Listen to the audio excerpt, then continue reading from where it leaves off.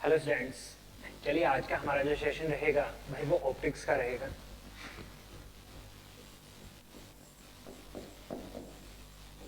जिसके अंदर हम लाइट को पढ़ते हैं। यहाँ से काफी बार आपको क्वेश्चन देखने को मिलते हैं। लाइट का जो आपका टॉपिक होता है, प्रकाश का जो टॉपिक होता है ऑप्टिक्स का, उससे आपको काफी क्वेश्चंस देखने को मिलते हैं। पहले टाइप्स ऑफ क्वेश्चंस की बात कर लें। देखो, एक इजी सा क्वेश्चन आपसे थ्योरेटिकल क्वेश्चन बनते हैं।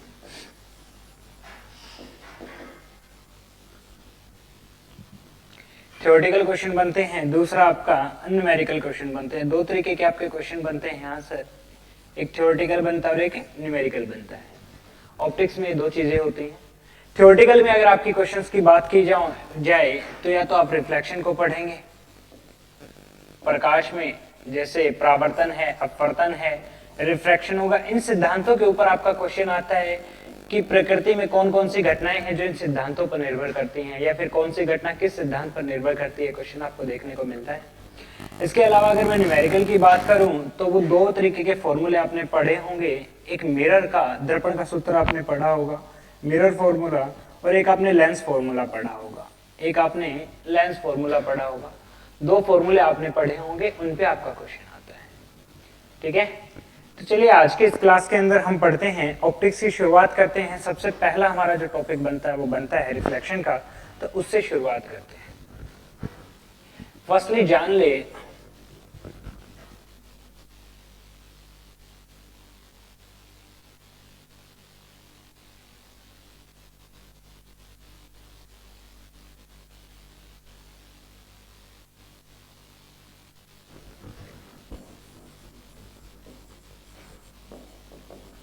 रिफ्लेक्शन, परावर्तन।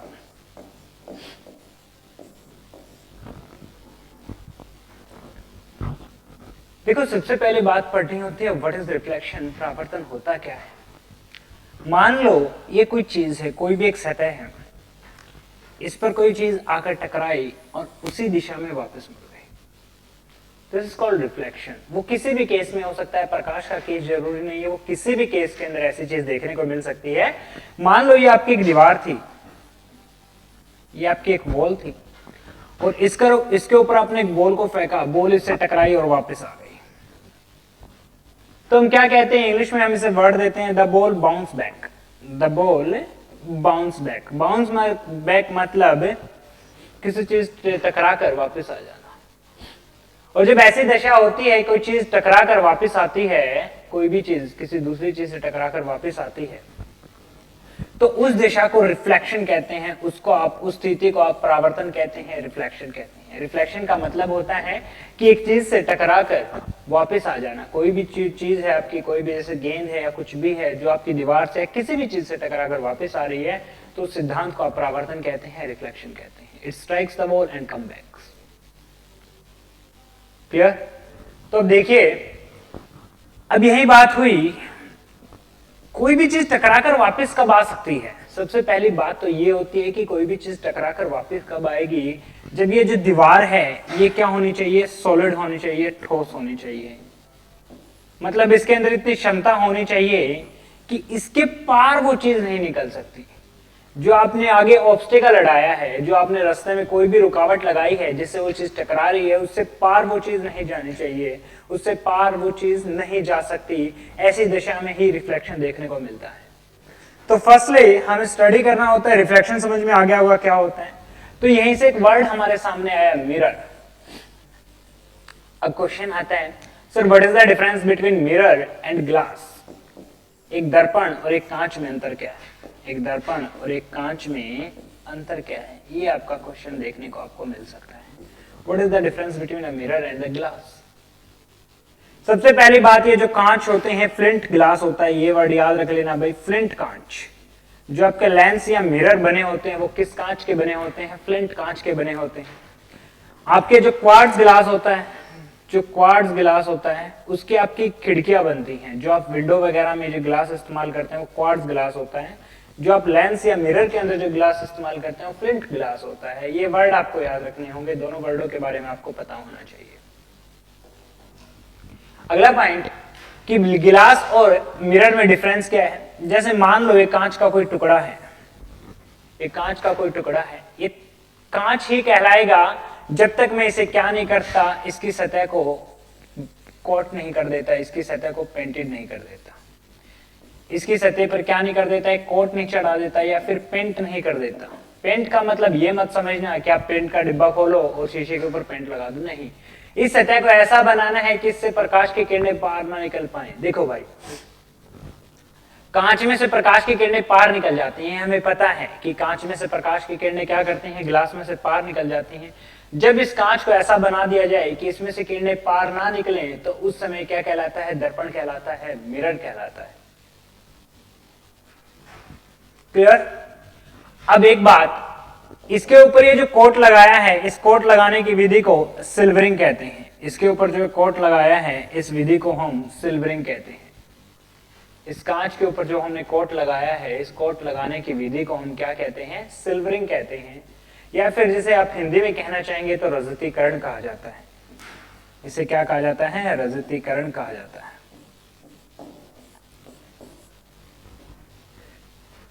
कांच के ऊपर एक परत चढ़ाने की विधि को हम क्या कहते हैं, सिल्वरिंग कहते हैं। अब क्वेश्चन आता है कि सिल्वरिंग के दौरान किसका इस्तेमाल किया जाता है, AgNO3 का इस्तेमाल किया जाता है। ये भी याद रख लेना, सिल्वर नाइट्रेट का इस्तेमाल किया जाता है। सिल्वरिंग के दौरान किसका इस्तेमाल किया जाता है भाई, सिल्वर नाइट्रेट का इस्तेमाल किया जाता है, AgNO3 का इस्तेमाल किया जाता है। AgNO3 का इस्तेमाल किस पे किया जाता है, सिल्वरिंग के लिए। अगर जो आपका शीशा है पीबी, लेड जो आपका क्या है, पीबी है, लेड है, उस लेड को अगर आप उसका क्या कर रहे हैं, सिल्वरिंग कर रहे हैं, उसे मिरर में बदल रहे हैं, तो मिरर में बदलने के लिए आपको क्या करना पड़ता है, उसके साथ एक AgNO3 सिल्वर नाइट्रेट के साथ उसकी अभिक्रिया करवानी पड़ती है, क्योंकि शीशे पर किसकी परत आ जाती है, PbNO3 लेड नाइट्रेट की परत आ जाती है। किसकी परत आ जाती है भाई, PbNO3 की परत आ जाती है और लेड नाइट्रेट की एक परत आ जाती है। इसी परत की वजह से प्रकाश की किरणें इस शीशे में से पार नहीं निकल पाती। यहां तक क्लियर हो गया होगा। अब आगे बढ़ते हैं। देखिए, मान लो ये मेरा एक गोल टुकड़ा है, कांच का एक टुकड़ा है बिल्कुल गोल।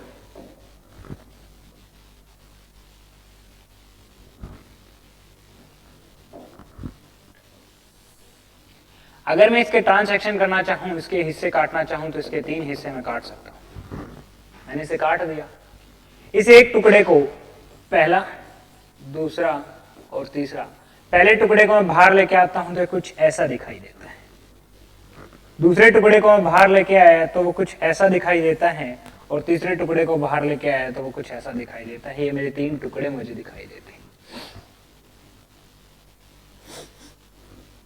पहला, दूसरा, तीसरा, 3 टुकड़े मुझे दिखाई दिए। इस सतह को, ऐसी सतह को कॉन्वेक्स कहा जाता है, ये याद रख लेना। ऐसी सतह को क्या कहा जाता है भाई, कॉन्वेक्स कहा जाता है, उत्तल कहा जाता है। जो बिल्कुल सिंपल होती है उसे प्लेन कहा जाता है, उसे समतल कहा जाता है। ऐसी सतह को समतल कहा जाता है, और ऐसी सतह को कॉनकेव कहा जाता है, अवतल कहा जाता है। ऐसी सतह को कॉनकेव कहा जाता है, अवतल कहा जाता है। तो 3 तरह की सतह आपकी बनी, एक ये वाली, एक ये बिल्कुल सीधी, और एक ये वाली। 3 तरीके की आपकी जो सतह बनी, उन सतह के अलग अलग आपने नाम रखे। पहले को आप, ऐसी सतह को हमेशा क्या नाम देंगे, कॉन्वेक्स नाम देंगे। जो बिल्कुल साधारण होगी, बिल्कुल सामने से फ्रंट से आपकी सीधी सी होगी, उस सतह को आप प्लेन नाम देंगे। और जो आपने तीसरी सतह देखी उसे आप कॉनकेव कहते हैं, अवतल कहते हैं। चलिए इससे आगे बढ़ते हैं। इससे आगे अब हम प्लेन मिरर के बारे में कुछ चीजें पढ़ना चाहेंगे।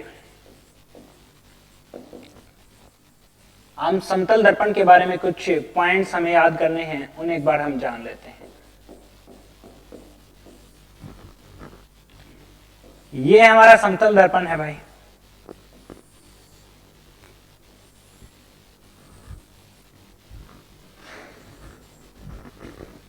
इस तरफ जो रखा है उसे हम ऑब्जेक्ट कहते हैं। क्या कहते हैं, ऑब्जेक्ट, वस्तु। जो इस तरफ रखा है उसे हम ऑब्जेक्ट कहते हैं, वस्तु कहते हैं। और जो इसका प्रतिबिंब बना है उसे हम इमेज कहते हैं, छवि।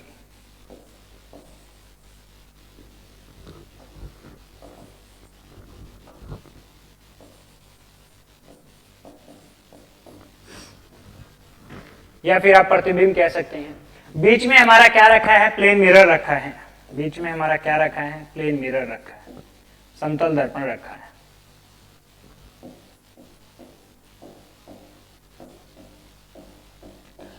अब देखिए, इस दर्पण से इस वस्तु की दूरी को हम किससे लिखते हैं, यू से लिखते हैं। ये वर्ड याद रख लेना। इस दर्पण से इस वस्तु की दूरी को हम किससे लिखते हैं, यू से लिखते हैं। यू से किसको लिखा गया, ऑब्जेक्ट डिस्टेंस को लिखा गया, वस्तु की दूरी को लिखा गया।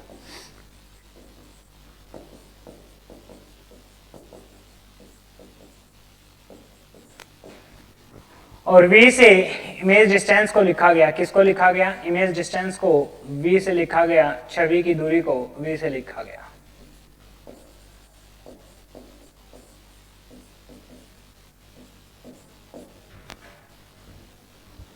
वस्तु की दूरी को u से लिखा और छवि की दूरी को v से लिखा। वस्तु की दूरी क्या होती है, दर्पण से लेकर जो आपकी वस्तु है उसके बीच की दूरी को आपने क्या कहा है, वस्तु की दूरी कहा है।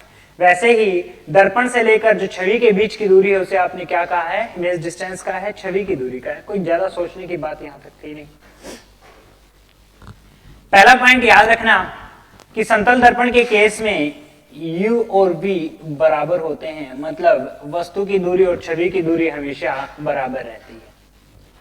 पहला क्वेश्चन यहाँ पे बनता है कि u और v क्या रहते हैं, बराबर रहते हैं। वस्तु की दूरी और छवि की दूरी क्या रहती है भाई, आपकी बराबर रहते हैं।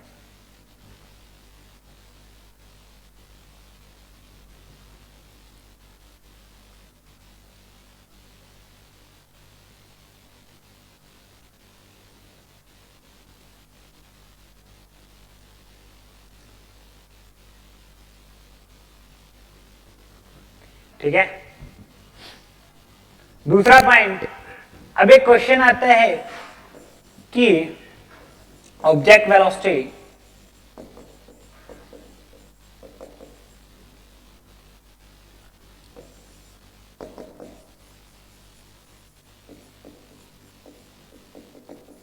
मैं इसे लिखना चाहूं तो ऐसे लिख सकता हूं, 2v0 is equal to vi। vi से आपने इमेज की वेलोसिटी को लिखा और v0 से आपने ऑब्जेक्ट की वेलोसिटी को लिखा है कि जो छवि का वेग है वो वस्तु के वेग के दुगना होता है। छवि का वेग वस्तु के वेग के क्या होता है, दुगना होता है। जो इमेज वेलोसिटी है वो ऑब्जेक्ट वेलोसिटी के 2 टाइम्स होती है, दुगना होती है। ये बात आपने यहां से सीखी। क्यों होती है उसका रीजन जान लेते हैं। देखिए भाई, हमें पता है कि दूरी दोनों बराबर है, ये वाली दूरी भी और वो वाली दूरी भी क्या है, बराबर है। ऑब्जेक्ट डिस्टेंस और इमेज डिस्टेंस दोनों बराबर है, टाइम भी बराबर है। बट जो ये इमेज वेलोसिटी यहां पे हमने मेजर की है, जो क्या है, वस्तु की जो छवि की जो वेग है, इमेज जो वेलोसिटी है या छवि का जो वेग है वो हमने मेजर किया है, वो किसके हिसाब से मेजर किया है, ऑब्जेक्ट के हिसाब से। क्योंकि देखने वाला काम कौन कर रहा है, हम कर रहे हैं। देखने का काम, अगर आप शीशे के सामने खड़े हैं तो देखने का काम कौन कर रहा है, आप कर रहे हैं। तो यहाँ पे जो दूरी है ये v और ये भी v, दूरी क्या हो जाती है, दुगनी हो जाती है। वस्तु के लिए, छवि के लिए जो दूरी है वो कितनी हो जाती है, दुगनी हो जाती है। मीन्स जो आपने इमेज वेलोसिटी है वो किसके तुलना में मापी है, वो किसके अनुसार मापी है, वस्तु के अनुसार मापी है, ना कि दर्पण के अनुसार।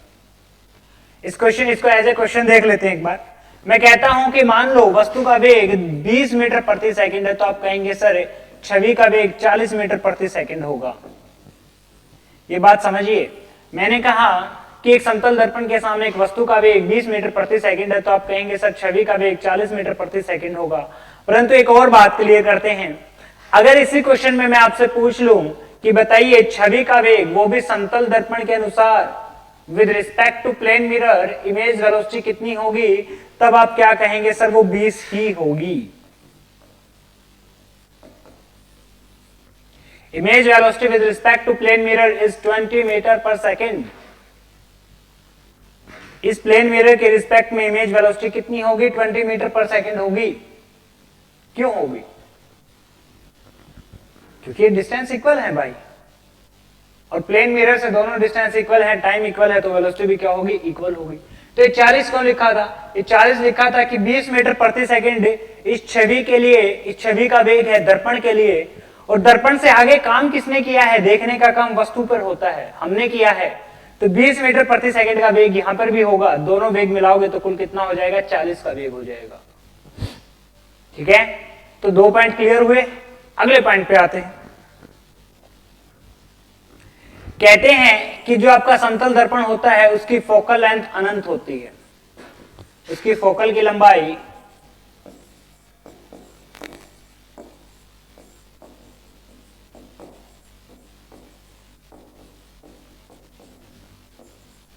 अनंत होती है, इनफाइनाइट होती है। फोकल लेंथ जो होगी वो क्या होगी? इसकी इनफाइनाइट होगी, अनंत होगी। चौथा पॉइंट इसका जो बनता है, मान लो ये आपकी वस्तु है और ये दर्पण है।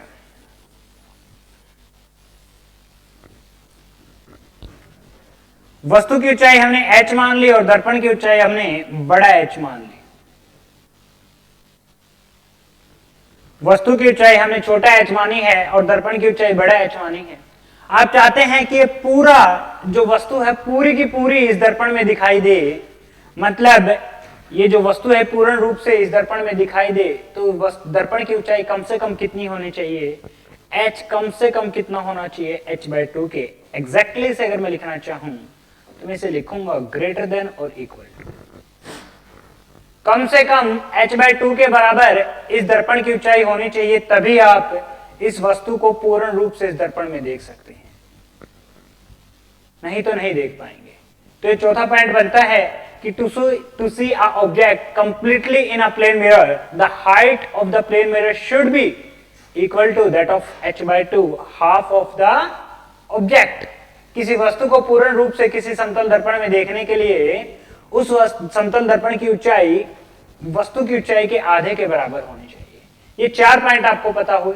यहाँ पे एक वर्ड आपके सामने आया, व्हाट इज फोकल लेंथ। इससे आगे वाले मिरर जब हम पढ़ेंगे, इसके जस्ट बाद अभी पढ़ेंगे, तो मैं आपको क्लियर करता हूं what is the focal length. आगे बढ़ते हैं। अगर मैं प्लेन मिरर के बारे में एक और पॉइंट याद करवाना चाहूं तो 5वीं चीज आती है, मान लो 2 समतल दर्पणों को हमने किसी कोण थीटा पर रख दिया, तो नंबर ऑफ इमेजेस कितने बनेंगे?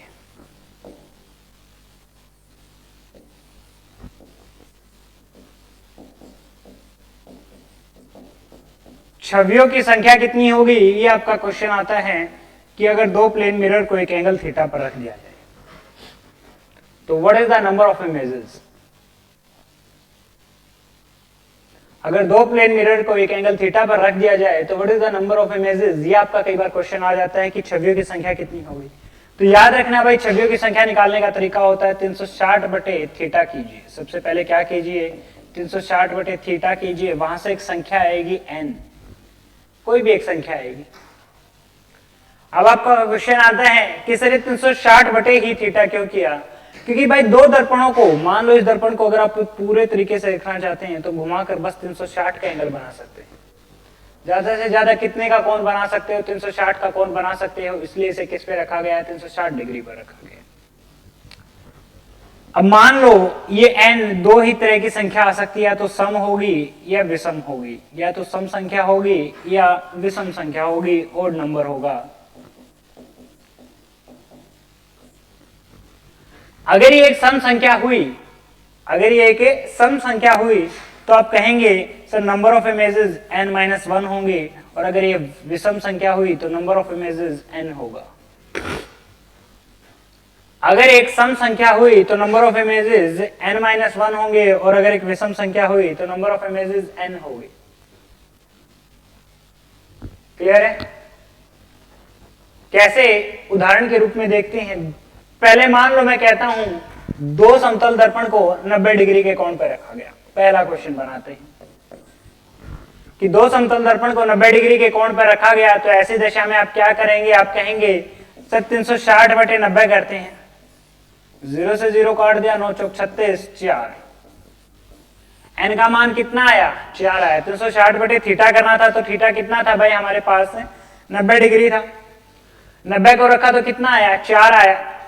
n का मान कितना आया? 4 आया। n एक सम संख्या है तो नंबर ऑफ इमेजेस कितनी हो जाएगी? n-1, 4 - 1 3 हो जाएगी।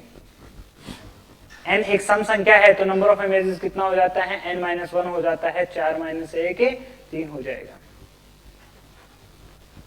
अब दूसरा ले लो, मैं कहता हूं दो वस्तुओं को हमने 120 डिग्री के कोण पर रख दिया,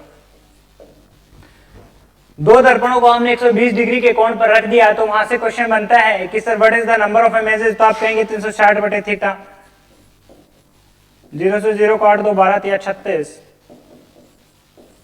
यहां से भी 3 आया, पर इस बार n का मान क्या है, 3 है, और n अपने आप में क्या है, एक विषम संख्या है, और जब ओड नंबर आता है, विषम संख्या आती है, तो उस समय हमारा उत्तर क्या रहता है, जो का त्यों रहता है, तो यहाँ पे भी नंबर ऑफ इमेजेस कितनी बनेगी, 3 बनेगी।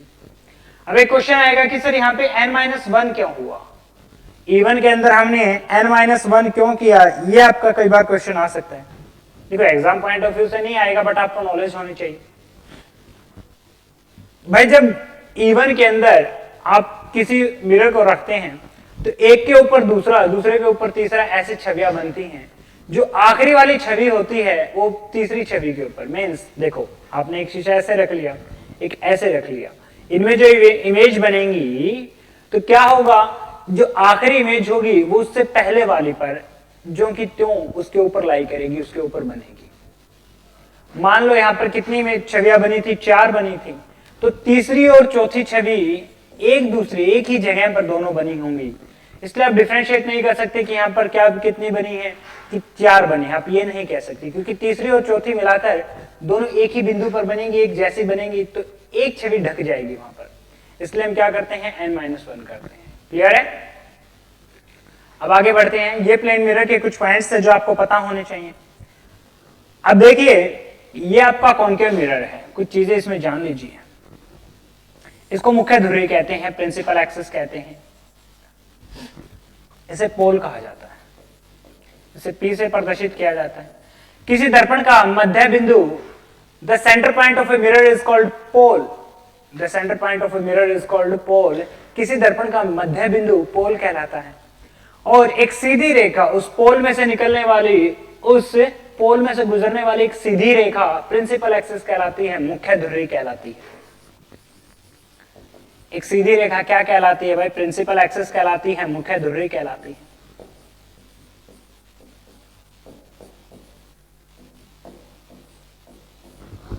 उस पोल में से गुजरने वाली एक सीधी रेखा क्या कहलाती है, प्रिंसिपल एक्सिस कहलाती है, मुख्य धुरी कहलाती है। इतना समझ में आ गया होगा। अब अगर मैं इस दर्पण को पूरा बनाना चाहूं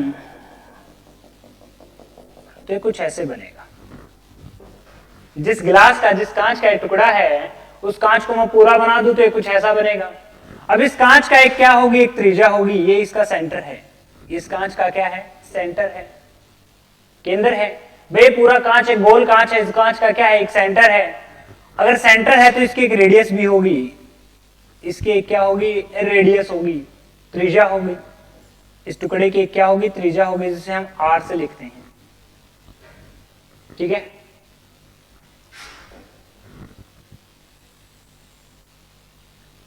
अब इस r के बारे में पढ़ेंगे, ये r क्या है।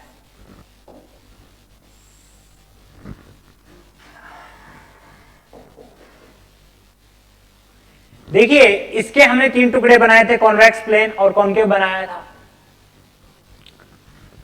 तो देखिए इसका एक क्या है, सेंटर है, इसका एक केंद्र है।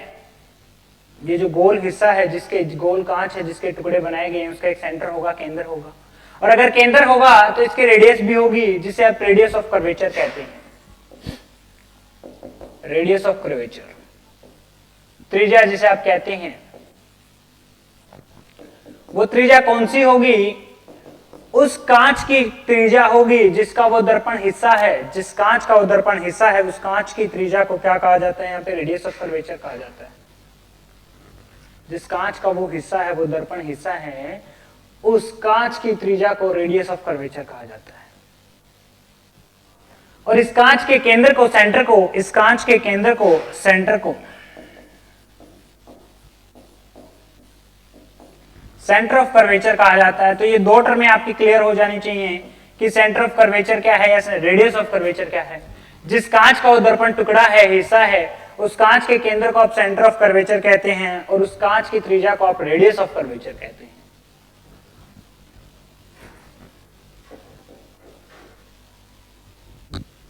क्लियर हो गया होगा यहां तक। अब एक बात, प्रिंसिपल एक्सिस के मुख्य धुरी के जो रेखाएं समानांतर आती हैं, जो किरणें प्रिंसिपल एक्सिस के क्या आती हैं, समानांतर आती हैं, पैरेलल आती हैं।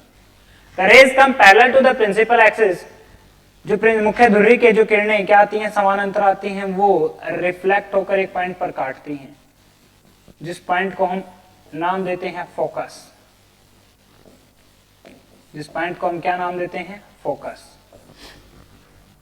वो किरणें परावर्तित होकर, रिफ्लेक्ट होकर एक पॉइंट पर काटती हैं, एक बिंदु पर काटती हैं, जिस पॉइंट को हम क्या नाम देते हैं, फोकस नाम देते हैं। इस फोकस की और पोल के बीच की दूरी को, इस फोकस के और पोल के बीच की दूरी को, किस किस के बीच भाई, फोकस और पोल के बीच की दूरी को, distance between focus and the pole क्या कहलाता है, फोकल लेंथ कहलाता है।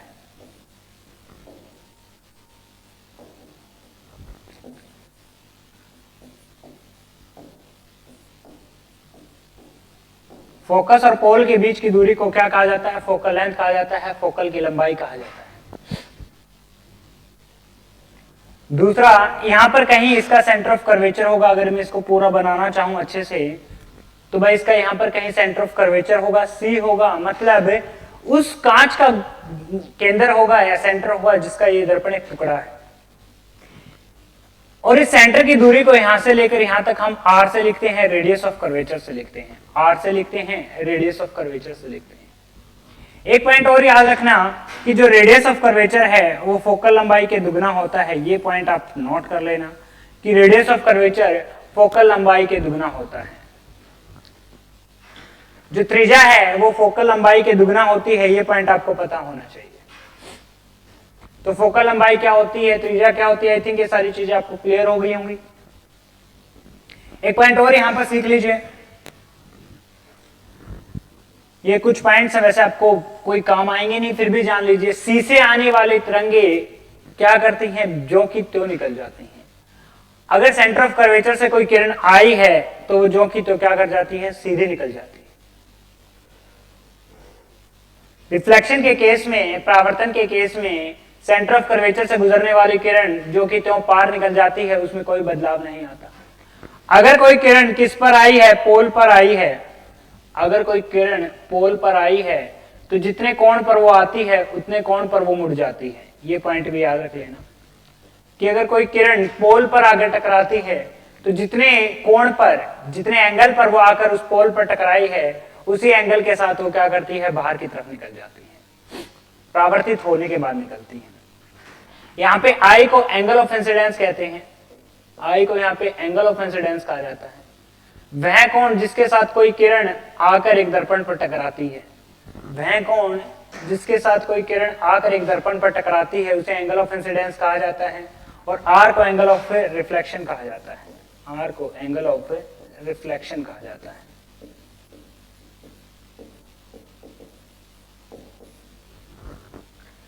आर को एंगल ऑफ रिफ्लेक्शन कहा जाता है, आई को एंगल ऑफ इंसिडेंस कहा जाता है। भाई जिस कोण के साथ, जिस कोण पर कोई भी किरण आकर एक दर्पण पर टकराती है, उस कोण को एंगल ऑफ इंसिडेंस कहते हैं।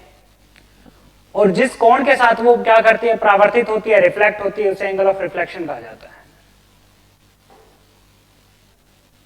यहां पे आई और आर के बारे में क्लियर हो गया होगा। आपको ये पता चल गया होगा कि कोई किरण अगर समानांतर आती है, मुख्य धुरी के समानांतर आती है, तो परावर्तित होकर कहां से गुजरती है, फोकस से गुजरती है। सेंटर ऑफ कर्वेचर में से निकलने वाली किरण जो कि तो अपने रास्ते पर रहती है, उसके अंदर कोई बदलाव नहीं आता, वो परावर्तन नहीं झेलती, वो रिफ्लेक्शन फेस नहीं करती। अगर कोई किरण पोल पर आती है तो वहां पर एंगल ऑफ इंसिडेंस, एंगल आई और एंगल आर दोनों क्या होते हैं, इक्वल होते हैं। ऐसी दिशा में एंगल आई और एंगल आर दोनों क्या होते हैं, इक्वल होते हैं। एक पॉइंट और, अगर कोई किरण फोकस में से गुजरती है, अगर कोई किरण फोकस में से गुजरती है तो मुख्य धुरी के समानांतर हो जाती है। देखो भाई समानांतर हुई थी तो किस में से गुजर गई थी, रिफ्लेक्ट होने के बाद, परावर्तन के बाद फोकस में से गुजरी थी। अगर वो पहले ही फोकस में से आ रही हो तो टकराने के बाद क्या हो जाएगी, रिफ्लेक्शन के बाद, परावर्तन के बाद वो क्या करेगी, मुख्य धुरी के समानांतर हो जाएगी। Parallel to the principal axis वो मुख्य धुरी के समानांतर हो जाएगी। ये चार की पॉइंट्स आपको इसके बारे में पता होनी चाहिए। आगे बढ़ते हैं। जरूरी नहीं है कि फोकस हमेशा तभी बनेगा जब वो किरणें मुख्य धुरी पर आकर क्या करेंगी, टकराएंगी या काटेंगी। जो क्या थी, समानांतर किरणें थी। अभी आपने देखा वो एक बिंदु पर, देखिए अभी आपने देखा कि ये समानांतर किरणें आकर एक बिंदु पर टकरा रही थी, काट रही थी, तो उस बिंदु पर आपने फोकस बना दिया। परंतु हमेशा ऐसा नहीं होता। अगर मैं एक किसकी, कॉन्वेक्स मिरर की बात करूं, उत्तल दर्पण की बात करूं, तो इस पर आने वाली किरणें बाहर की तरफ मुड़ जाती हैं। उत्तल दर्पण पर देखो, मुख्य धुरी के समानांतर अगर कोई किरण आई और वो उत्तल दर्पण पर टकराती है, तो टकराने के बाद वो क्या करती है, बाहर की तरफ मुड़ती है। ऐसी दशा में इन किरणों को मैं पीछे की तरफ बढ़ाऊंगा तो वे एक बिंदु पर काटती हुई प्रतीत होती हैं। उस बिंदु को आप फोकस कहते हैं। तो दो तरीके के आपके फोकस बने, एक रियल और एक वर्चुअल। एक आपका रियल फोकस बना, एक आपका वर्चुअल फोकस बना। वास्तविक और आभासी, रियल को आप वास्तविक कहते हैं, रियल को आप वास्तविक कहते हैं, वास्तविक, और वर्चुअल को आप आभासी कहते हैं। दो तरीके के फोकस बने, रियल एंड वर्चुअल। देखो पूरी ऑप्टिक्स में कभी भी आपको रियल वर्ड देखने को मिले तो रियल इमेज हो या रियल फोकस हो, ये तभी बनता है जब एक्चुअली रेज कट करती हैं।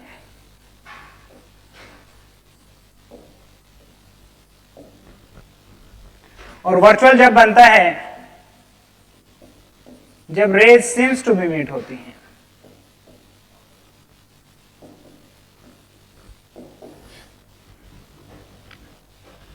अगर कोई किरणें आपस में आकर वास्तव में काट जाएं परावर्तन के बाद या फिर अपवर्तन के आगे, अपवर्तन पढ़ोगे उसमें भी यही होता है।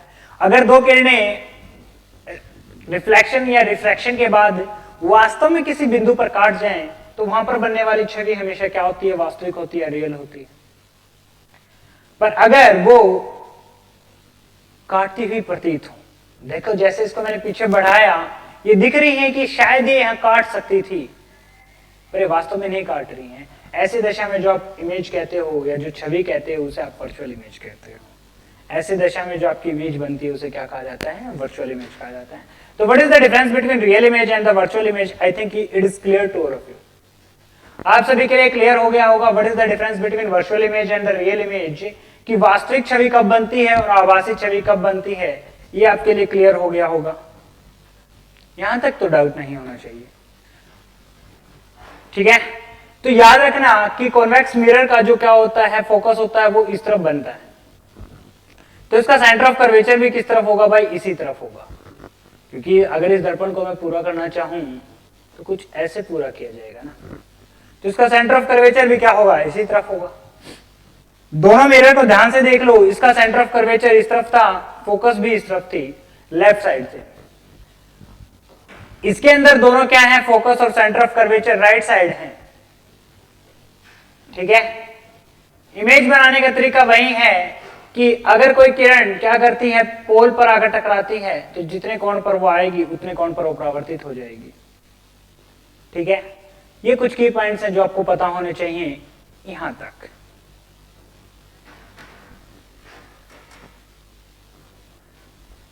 कल की क्लास के अंदर हम इमेज स्ट्रक्चर पढ़ेंगे भाई, ये बेसिक आपको पता होना चाहिए। कल के अंदर हम मिरर का इमेज स्ट्रक्चर पढ़ेंगे और फिर लेंस का भी इमेज स्ट्रक्चर पढ़ेंगे। तो कल की क्लास में टॉपिक पूरा हो जाना चाहिए, image structure of the mirror and the lens. Then optics के अंदर 2-4 क्लासेस और हैं, ऑप्टिक्स आपकी खत्म हो जाती है। Thank you guys and have a nice day. और चैनल को मैक्सिमम शेयर कीजिए।